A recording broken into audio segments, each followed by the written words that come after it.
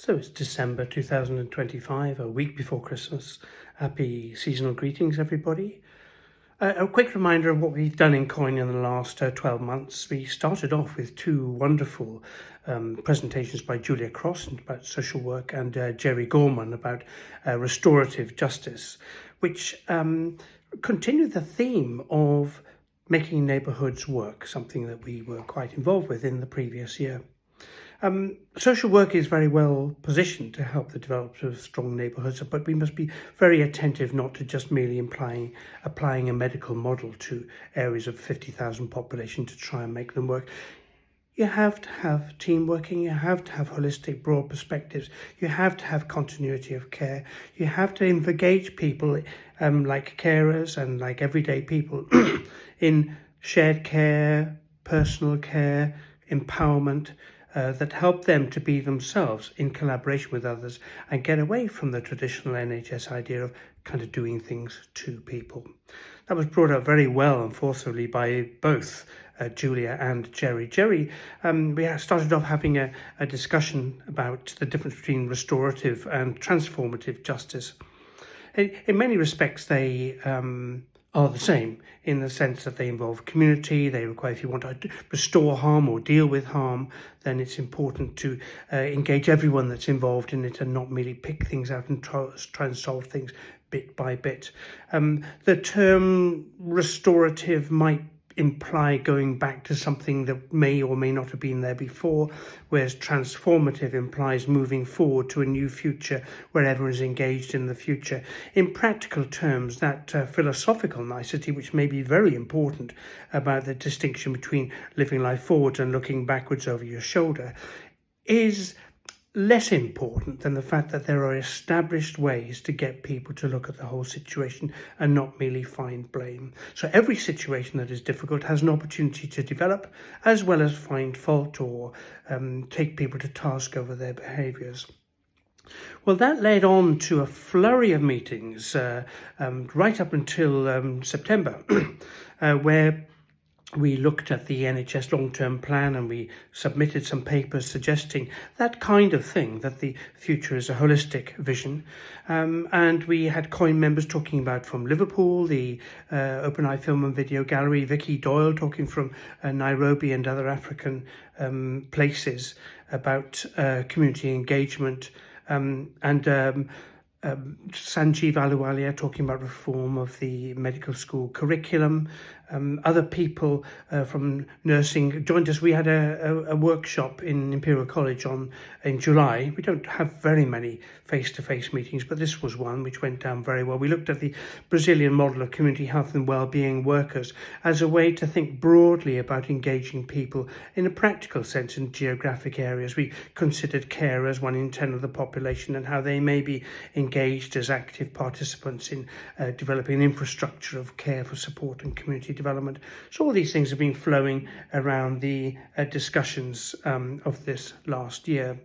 We ended up in two very interesting places. One is with the discussions with the National Academy of Social Prescribing, discussing not only the close alliance of our aims between COIN and the National Academy, but also ways in which social prescribing itself needs to move on, being not something that you prescribe for somebody so much as some opportunities for long-term engagement in developing things, healthy things, your own health, but other people's health as well. So social prescribing is a force for community development, and we'll continue that theme in the future, developing sort of local connected communities and opportunities for a cultural change towards a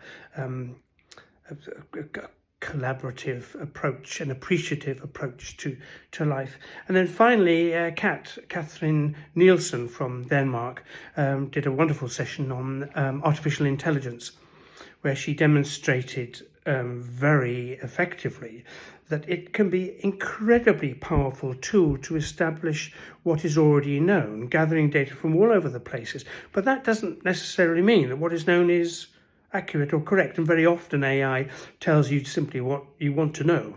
There was this lovely example she gave of a professor who had asked AI tool to find the paper that he had written for the Lancet about something or other, and it produced this wonderful paper. And the only problem was that he'd never written it, and it had been completely fabricated by the AI tool that was looking for what he wanted and keen to please. So that's a very interesting and perhaps quite human type thing to do, is to ignore the totality of the truth and pick out the bits and even invent things that help tell people what they want to hear. Now, we're going to be doing more of that in the future. It seems to me that one of the big themes that's emerging is this distinction between personalized care, which might be seen as seeing people in context, empowering people, understanding the communities around them, developing healthy life stories, and algorithm-led care, where people come in with a solution already written in their guidelines or their AI or their particular preferred source of authority. Now, both are useful. It is quite helpful to know what kind of flu is around, but that doesn't automatically mean that the person you're encountering has got that. So the distinction between thoughtful, deep, broad, engaging, personalised practice, community-oriented, integrated practice indeed, and algorithm-led, one at a time, finding solutions, rights and wrongs and faults and so on, is something that we need to look at very carefully, both in practical senses, and that's probably what we're going to do in the new year, 2026, possibly with case studies, things that are actually happening rather than at a very isolated one-to-one way. But we will see, because Colin, of course, has a very emerging organic agenda. We get thoughtful people around an issue, and then that leads to another place, and you don't really know what that other place is going to be, which is, of course, a rather good metaphor for how the world needs to think about being able to accept that the past has got things that can be acknowledged and noted and objectively verified, but the future is a complex, interactive, creative process of moving forward. And that distinction between moving forward and moving backwards has yet to be translated into policy. That, I guess, is what we're going to be doing early in the new year.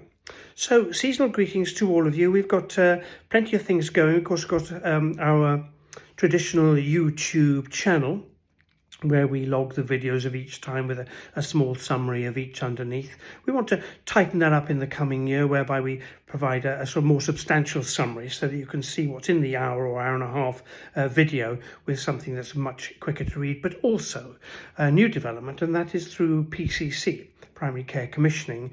We will be hosting on their NHS network site a COIN website, where we will write summaries of these videos and point to them so that you can get a quick overview, or you can go and find the video and see something longer. Also, we'll be doing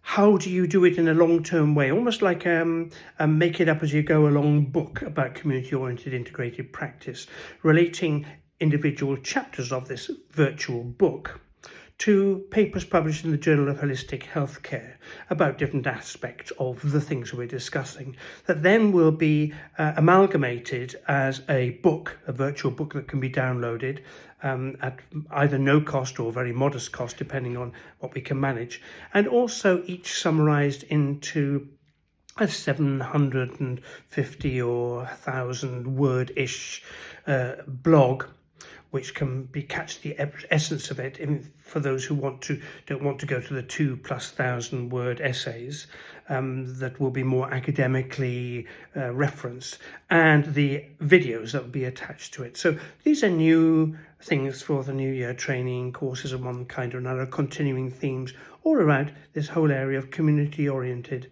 integrated practice. So hope to see some of you next year at our Zoom meetings, in our blogs, through PCC, whichever route you like.